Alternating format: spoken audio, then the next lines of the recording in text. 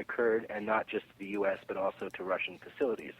And as I mentioned before the break, during these incidences, these facilities went down. They were inoperable. The commanders reported that they could not have fired their nuclear missiles had they wanted to. So this had absolutely national security implications and was quite a serious incident, although it never made it into the public consciousness until just a few weeks ago.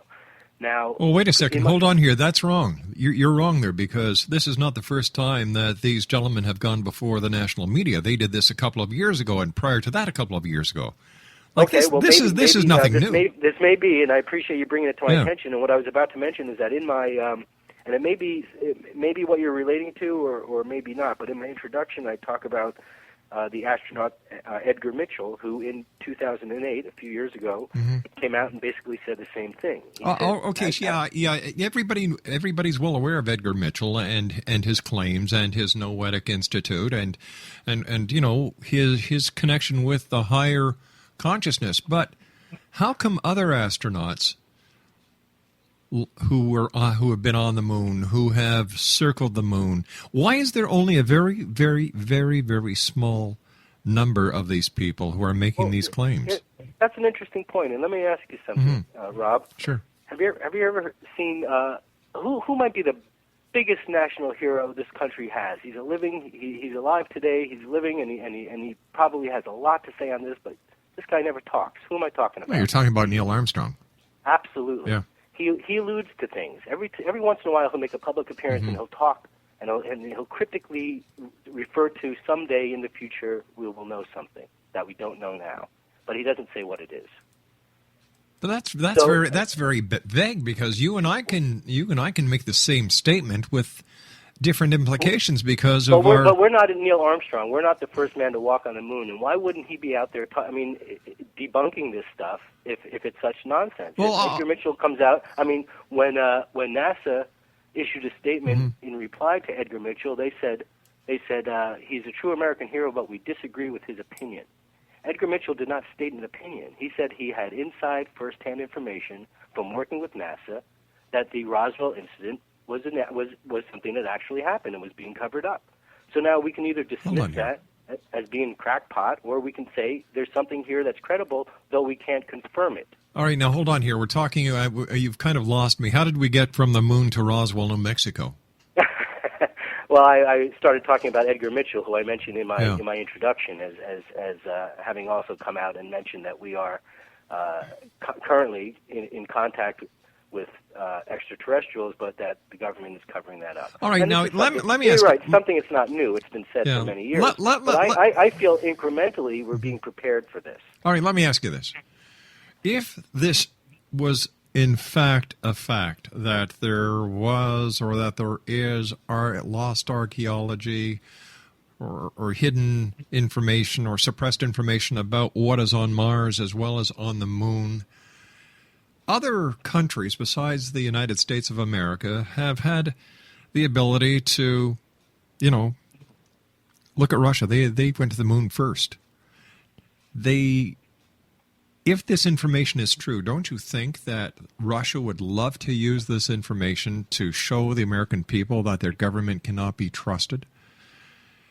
No, they'd have to say the same thing about themselves. They had this information and how do we know this? How do we know this for a fact that they have this information? Like, we're just getting this. We don't. We're speculating here, Rob. You know that as well as I do. But the facts are coming out slowly. I mean, you can't deny when an astronaut who walked on the moon is telling you something like that. I mean, you can't just dismiss it. Why not? I mean, well, apparently you can, because none of this stuff ever gets any traction in the real media. So when you get an astronaut like Edgar Mitchell, or you get nuclear commanders from facilities coming out and saying these things, point blank, and it's not picked up by Anderson Cooper, who you'd think would have these guys, these majors and these colonels. He'd think he'd have them on question. No. You know what? I agree with the mainstream media for not flaunting this, because these people come with no evidence. There is no evidence whatsoever to substantiate any of their claims. They talk a lot, but when it comes to the evidence, There is none. So you don't believe that Hoagland has any evidence? He's just blowing smoke. Yeah, that's my opinion exactly. Okay, well, and you're absolutely entitled to it. Because I would love to. You see, I want to believe, but doing this show now for 20 years, talking to over 3,200 guests, no one has come to me with any physical evidence. A lot of theories, a lot of hypotheses, a lot of what ifs, and a lot of I've heard this from so and so, inside information. But no proof. Well, then let's switch gears. Let's talk about another article in the anthology here by a guy named Bedridian, who's with the State of India's Archaeological Institute, and he's doing archaeology off the northwest coast of India in the Gulf of Cambay. He's doing it 40 kilometers out in the Gulf and 60 meters deep in the ocean, and he's pulling up artifacts that show that human beings were creating pottery and creating villages and cities thousands of years before Sumer in Mesopotamia. So here you have evidence that's showing that the cradle of civilization lies off the coast of India, and that cities were being built and pottery was being created, and most likely agriculture was taking place on a fertile plain thousands of years prior to what is attributed in any textbook. And this is backed up by evidence. The pictures are there. The photos are there. It's all done by archaeologists and deep water excavation. And the proof is there. You see, when it makes it into the university textbook, then it'll be accepted. But right now, it's not acknowledged. But you see, you said a magic word there, artifacts. That's physical evidence. That I can believe.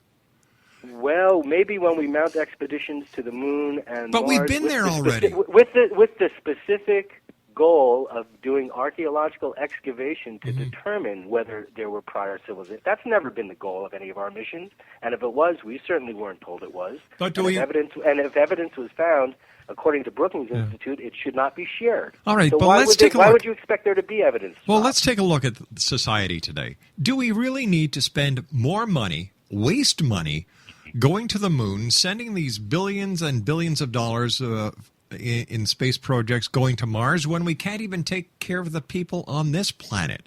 I, for one, would love to see NASA scrapped. I really would. Because they're wasting valuable money that could be used for the homeless, for the sick, for the hungry. You know, I really believe that science is wonderful, but science has its priorities wrong. Take care of the people now. We need their help now. We need the help of the scientific community to help feed this planet, to help heal this planet, the planet. That's why studying the past is so fundamental. We as humans are notorious for not learning from our mistakes and not learning from the lessons of history. Yep. We ignore them. Oh, I agree with you 100%. That's something we agree on. Yeah. It's an interesting phenomenon. I mean, I understand what you're saying with the science, the priorities of science, and who sets those priorities, and are they truly looking out for the best interest of society as a whole? These are legitimate points to debate. But whether we can learn something valuable from studying history and learning from the lessons and mistakes of our past, there's nothing to debate there. We can and we should. Do we? No. Of course not. And let's take a look. Let's just take a look at history, because archaeology is a major part of history. We know for a fact that Christopher Columbus did not discover the Americas, and yet every textbook in schools today has Christopher Columbus as the person who discovered the Americas. Well, thank you, Ron. That's just one example. As Vice President of New England Antiquities Research Association, which is a group that has a lot of diffusionists in it and believe that there were transoceanic voyages thousands of years ago, not just 500 years before Columbus, which the evidence supports, but there's evidence out there, the Kensington Runestone and other artifacts that exist. And again, there's a case to be made here that a lot of this has been suppressed as well.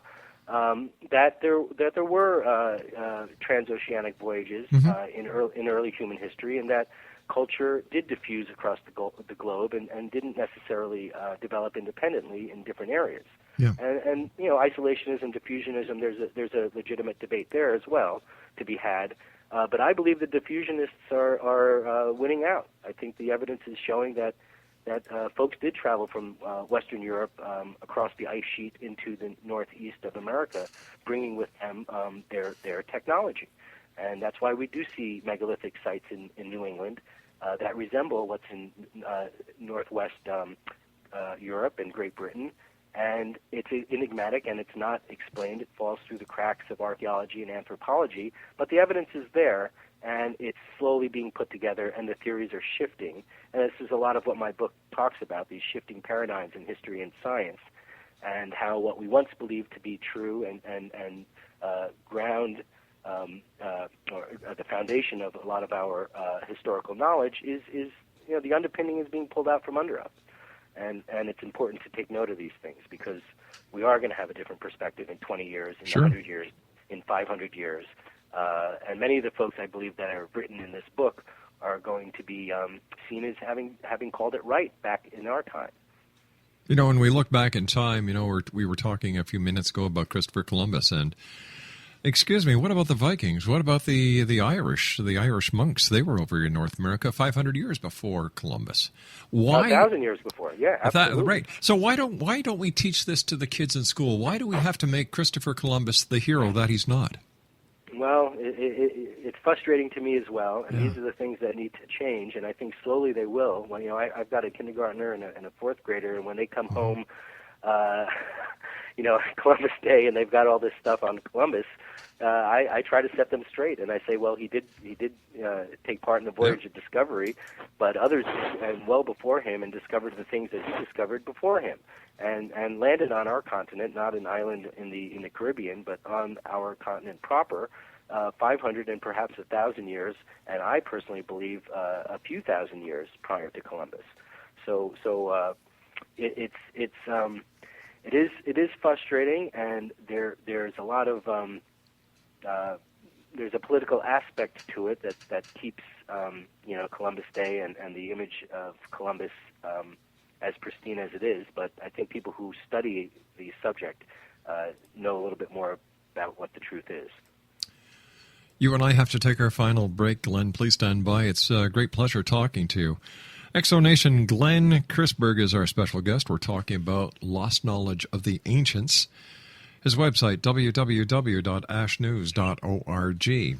We'll be back on the other side of this commercial break as we continue from our studios in Hamilton, Ontario, Canada. Don't forget, Exonation, the X-Chronicles newspaper for November is coming out on the 25th of this month. If you'd like to get a copy of the paper, go to www.xchronicles-newspaper.com/request.htm. Fill out the form that's there, and we'll make sure that you start getting your very own copy of the X-Chronicles newspaper with our compliments and the compliments of our many advertisers. My name is Rob McConnell. This is the X-Zone. Don't go away. We'll be back after the short break.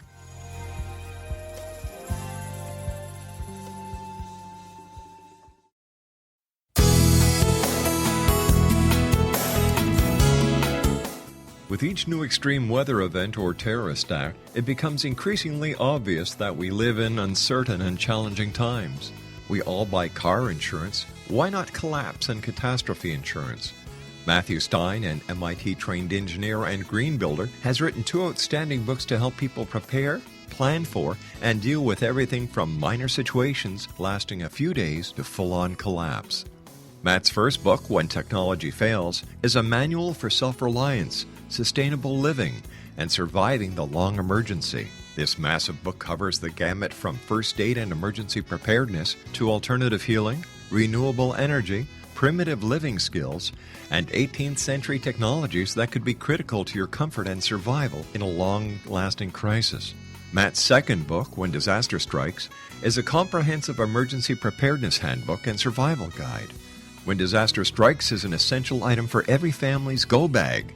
Both books are available at all usual sources. There's a wealth of totally free information posted at whentechfails.com, and author-signed copies may be purchased at mattstein.com. That's www.whentechfails.com and www.mattstein.com.